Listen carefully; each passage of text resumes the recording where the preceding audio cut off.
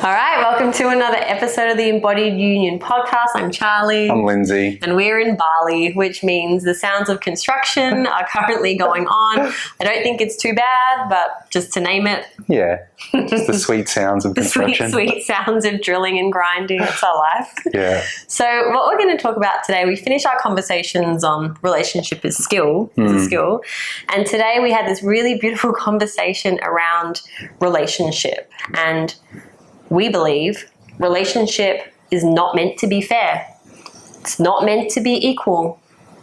No, not if you want it to be amazing. And if you want it to be this beautiful, like reciprocal dance between masculine and feminine, you know, if we want to have that, then I think it's got to be fair. It's got to be equal.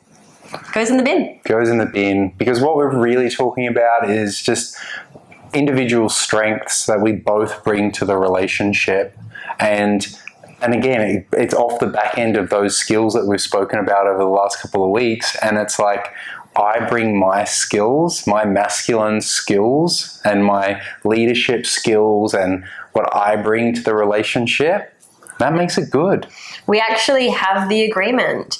Lindsay is going to bring the gifts of his masculine and I'm going to bring the gifts of my feminine. And it creates this really beautiful dynamic and it inspires polarity between us, which is that arc of sexual energy. And if you want some context for around like a relationship that's fair, which we don't advocate for, it might be like, well, I paid for dinner, so you pay for breakfast. Or I watch the kids now, so you do this then. It's like we're trying to create this energy of, well, I did this, so you do the same thing. Yeah, I usually feel like fairness comes from wounding, and that was definitely my experience in the past of like wanting things to be fair meant that it was like equal contribution, equal time, equal this, equal that. And I know where it stems from, and it was something that I had to overcome and learn and let go of. And especially it rears its head up a lot because I work with men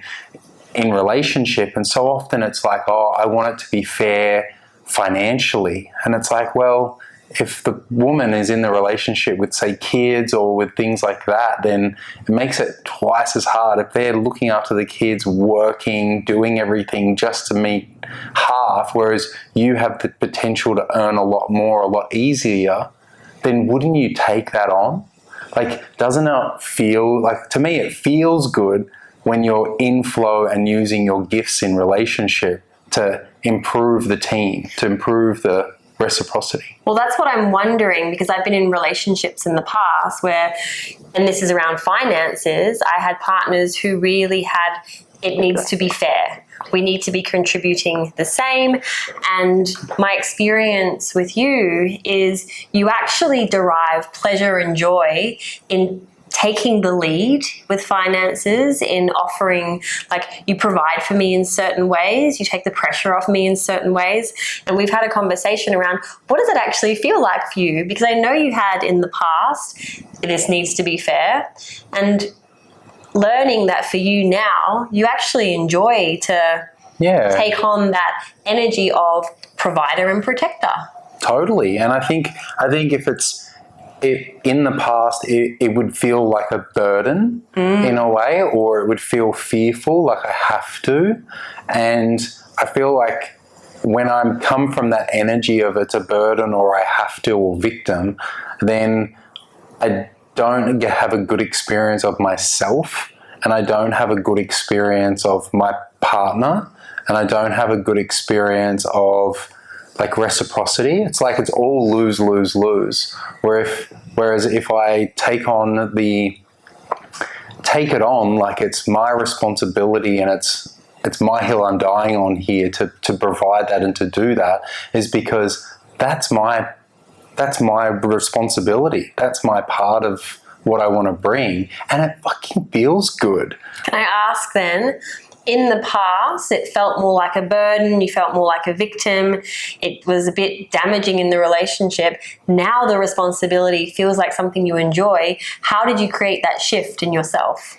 The shift for me was learning that, again, it's my responsibility and I derive pleasure from it, but it's also that I feel like, especially in this relationship, is that you're bringing your gifts to me as well. There's reciprocity. There's reciprocity, and it feels like there's contribution both ways, where it's actually like the energy behind your contribution is, I can feel the yes of it, not the I have to. So it's not appeasing, it's actually like, yes, I want to.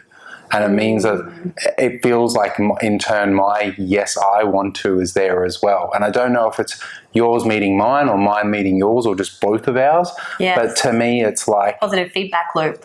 Absolutely. I'm wondering as well, because you had that comment earlier today that you made that, what was it about responsibility? It's a man's responsibility to basically, if you want to be in relationship, you want to have your finances sorted. So a man who doesn't have his finances sorted is not, a man who's not ready to take on the financial responsibility of a relationship is actually not ready for a relationship. So I also wonder, in your own healing, now that you're in a place where you feel like financially stable, if that supported you in being like, well, I can provide, so it actually feels good to provide. 100%, absolutely. So I guess going back to your previous question, it was what healed it was actually having myself financially. So having your own back. Just having the ability, because I watch people and I've watched myself, it's like, it's one thing to, and we'll probably go into it, but there's lots of different ways you can do relationship. And one of the ways that I've done relationship is my partner is the financial breadwinner, and I've supported like school drop-offs, cooking all the meals, doing all the things, and trying to run my business on the side. And it worked for a little bit, but it ended up breeding exactly the same thing that a lot of men fall into, where there was upset around it. Like it wasn't enough, or I had to then all of a sudden financially contribute because it didn't seem fair, you know, from my feminine partner. So it's like, I've seen it on both sides. Like, I don't know how many men have been in that situation where they're the caretaker for the family and doing that, and their partner being the financial breadwinner, and the dynamic of that, because it puts our partner into her masculine, puts the man into his feminine. And to me, it was like, I did it because it was supportive, but I don't think it overall is a good thing for a man to do that. So in my experience, shifting out of that, gaining financial responsibility and security, and moving into having that being like, I am solid, I am good, I've got myself.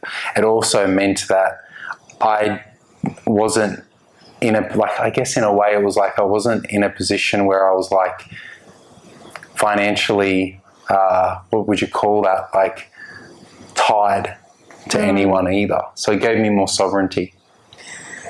Yeah, I think that's a really big piece for maybe a man listening who struggles or resists that I'm the provider, I'm the protector. Because if he does not feel his own masculine core and that stability and groundedness in himself, then of course it's difficult to want to extend that to... Yeah. Well, I know this for a fact, is a lot of men that aren't financially grounded and stable and resourced, who are striving to be in a relationship, can't hold a relationship. What do you find that relationship dynamic usually looks like? Really up and down. It's because they haven't got themselves, then they're almost relying on their partner, and then their partner, a feminine woman, will want them to like hold them, and they can't.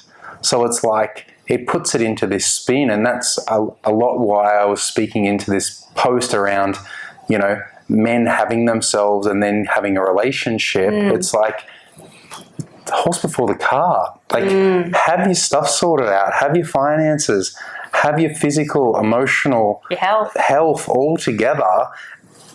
Makes you attractive as well, by the way. So it's like, you know, a guy on that comment wrote, oh, well, you have to be one of the top 20% earners. Well, it's usually 10 to 20% of the men have more access to more women as options, because women, I believe, instinctively know that they need a man that has resources, because that creates a lot of safety, especially if a woman wants children.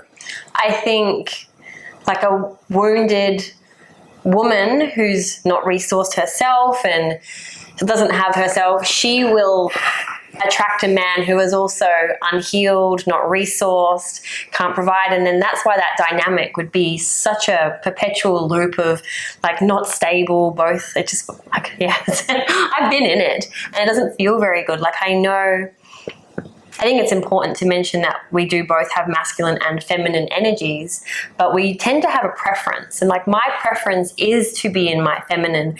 And this is the first relationship where I've actually felt permission, not only from you, but from myself, to be in that energy, to be in receivership. We were talking about it earlier, previous relationships, it did have this energy of like, it has to be fair. Financially, we must contribute the same. And I had the belief myself, well, it has to be fair. It can't be any other way. And when we had our first date, it's like you offer to pay. And I'm like, absolutely not. We go halves. We go 50-50, because I couldn't believe that I could be in a relationship where we contributed different things and that's okay. Yes. And I mean, for me, it's just like, I value your time. I value your energy. Like going on a date with somebody, it's like, it's not a power play. It's just like, I just appreciate it. It feels good, you know? And I didn't fight you on it because it's like, there's also like a thing there of like not being pushy either. And it's just like, I really appreciate in you that you're super feminine in our relationship, but then you still hold a very like grounded, sovereign, and almost like a masculine drive in your business. Absolutely. So it's like, it's not to say that you just like throw away any of your masculine essence to be in relationship with me. It's like, it just gets to flourish in all different ways, you know? And I think that's the part that gets to be really cool, is like, how do we both bring our gifts to each other, but still hold the separation of like us as individual sovereign beings getting to be in balance with ourselves. And I feel like we nail it, you know? Yeah. It's really good. I don't know what to add to that. I feel like what the work that we've individually done on ourselves, like I was in my masculine for years because I didn't have a partner who truly wanted a feminine partner. They wanted to date one of the boys. Because the feminine, as beautiful as she is, she's wild, right? She can bring you chaos, she can bring you an ocean, she brings you everything, right? But with responsibility and with ownership, but she brings you everything. Like it's kind of unfiltered and raw. And I've not been in a relationship where there was permission for that in the past. And I didn't really know how to bring that myself in a way that was actually conducive to relationship. So this relationship has been that learning and initiation, and the dynamic, it's the first relationship that I've had where polarity feels more effortless, intimacy feels more effortless. All of that yum delicious stuff is just, it's more available because we know what energy to bring and when. Yeah, well, it's a skill. We know it. It's like it's self-sourcing all the time, that it's, you know, we're coming up to 2 years and it's still something that we know how to cultivate because we know how we both bring our gifts to the relationship. We resource ourselves and we also know how to water the garden of our relationship too. So if we're going to speak more into it, I'd love to go more into like what gifts, like how do we both bring, if a relationship is not fair, how do we bring our opposites together, or our strengths that make it work? Well, we can speak into the agreements that we have, which is I've asked for Lindsay, have asked for your leadership in daily ways, like in a decision. Like I don't want you to ask me, where do you want to go for lunch? I want you to tell me this is where we're going. I don't want you to ask me this or that. I want you just to let me know what's happening. And even if you do feel like you don't really care, I want you to pick a preference because it feels sexy as fuck when I hear you have a preference. So that's how I've asked you to bring that gift of certainty. You also bring me the gift, like financially you provide. You definitely contribute more financially than I do. And that was the biggest edge. And it still is something that I'm working with, because there's that little voice in me that's like, can this be, can he? Is this okay? Like, I wonder how many women give themselves permission to say, I want to be provided for. I want the pressure off. I want to have a little side hustle that loses 10K a month, and I want to, you know, how many women actually allow themselves to say that that's what they want? Because I think we've been conditioned to, we have to be the best bloke. We have to have our own back. So it's like, in our agreements, your masculine gift is that you lean into that. And my feminine gift is to be in full receivership. So it's not to fight it. It's not to say, yeah, but I'll pay half, or it's not to try and sneakily pay for something. I've done that before. Try and make it even. And it's like, no, like, how can I actually just receive, say thank you, and to be enthusiastic? Because you said it before. The reciprocity that we have is you provide and you lead, and you feel my energy, my yes, like my yes and gratitude and appreciation and excitement lights up your eyes. Does. You know, and so those two, that's two different contributions that look very different, because one is like financially, it's like tangible, physical thing, whereas what I bring is energetic. And I think that's so often the case. I think women I'll just say women, and you could say feminine, but feminine contribution can look so different. Yes. It's very hard to create tangible, to make it tangible. It's not so measurable, measurable. Money is money, whereas my enthusiasm, my yes to you, my receptivity and openness to you, how can you measure that? In orgasms? Maybe. But it's like, I think part of what I bring is my receptivity to you, and then I also have little ways that I bring just feminine energy throughout the day. Like, I make an effort to wear what you like. I wear dresses way more than I used to, which I actually really love. But it's little things like that. Yeah, I think so. I think it's, getting to play in the energy of relationship. And I think, you bring, I still cook a lot. So it's like... You're better at it. Yeah. And again, so if I'm better at it, then why not do that in the relationship? To me, it's like, don't make the person that's terrible at cooking cook. You're saying I'm terrible. It's like, but it's more an example. It's the same thing. Like, if it's a lot harder for a woman to make money than it is her male counterpart, it's like, wouldn't the feminine partner support the man in supporting him to make more?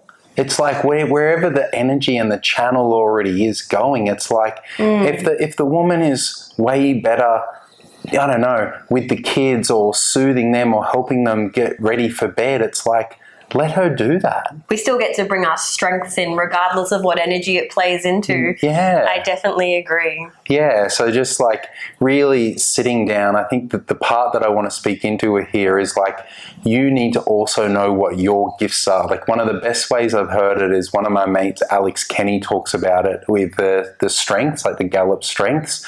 And it's, say, if my hand is a cog and this hand is a cog, and our strengths are the points and my strengths are the points, and we work together, that creates a solid movement when we're doing teamwork, and it's your weaknesses are my strengths, and that's how we do it. We don't want to be well-rounded, because then no one's utilizing their gifts, So it's in relationship that you're in right now, if you're listening to this, is what are your gifts?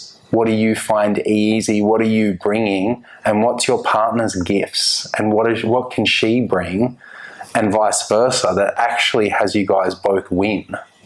So again, it's not about being same or fair or equal. It's acknowledging what the other brings, and it can look very different. It can be very different, but it's appreciating the other for what they bring. Yeah, and do we speak about that appreciation? We can, because I think it's important. I just feel like one of the biggest pitfalls that relationships have, or couples that are in the conflict phase have, is just both feeling a stalemate of being unappreciated, and it becomes a bit of a tit for tat. So just inside of that, it's just acknowledging each other and appreciating each other's gifts and gold. you know, and knowing for ourselves what our gifts are, knowing what our partners is, and actually appreciating it. Yeah. And then I think coming back to agreements, if you're sitting down, having the conversation, and if you're dating a man who has a masculine energy, how do you want to feel that? How do you want to receive that? What would feel really good for you? Can you give yourself permission to actually ask and allow your partner to do the same? If you are attracted to feminine women, do you want to see your partner more in a dress? Is there something that you would like her to wear, or is there a way that she can bring her feminine gifts to you in the morning? I don't know. It's just, I think we get to really get clear on what it is we want to receive, and then being in the practice of actually asking for it. And just really celebrating that relationships aren't fair. And helping you bring your opposite, your feminine gifts to your masculine partner, and vice versa. Yeah. And if you guys have questions or you want support with this, you want to reach out. I work with women, Lindsay works with men. You can find us on Instagram, Embodied Union, or through the podcast. And should we leave it there? That's it. All right, thank you so much. See you next week. Love you, Greta. Love you.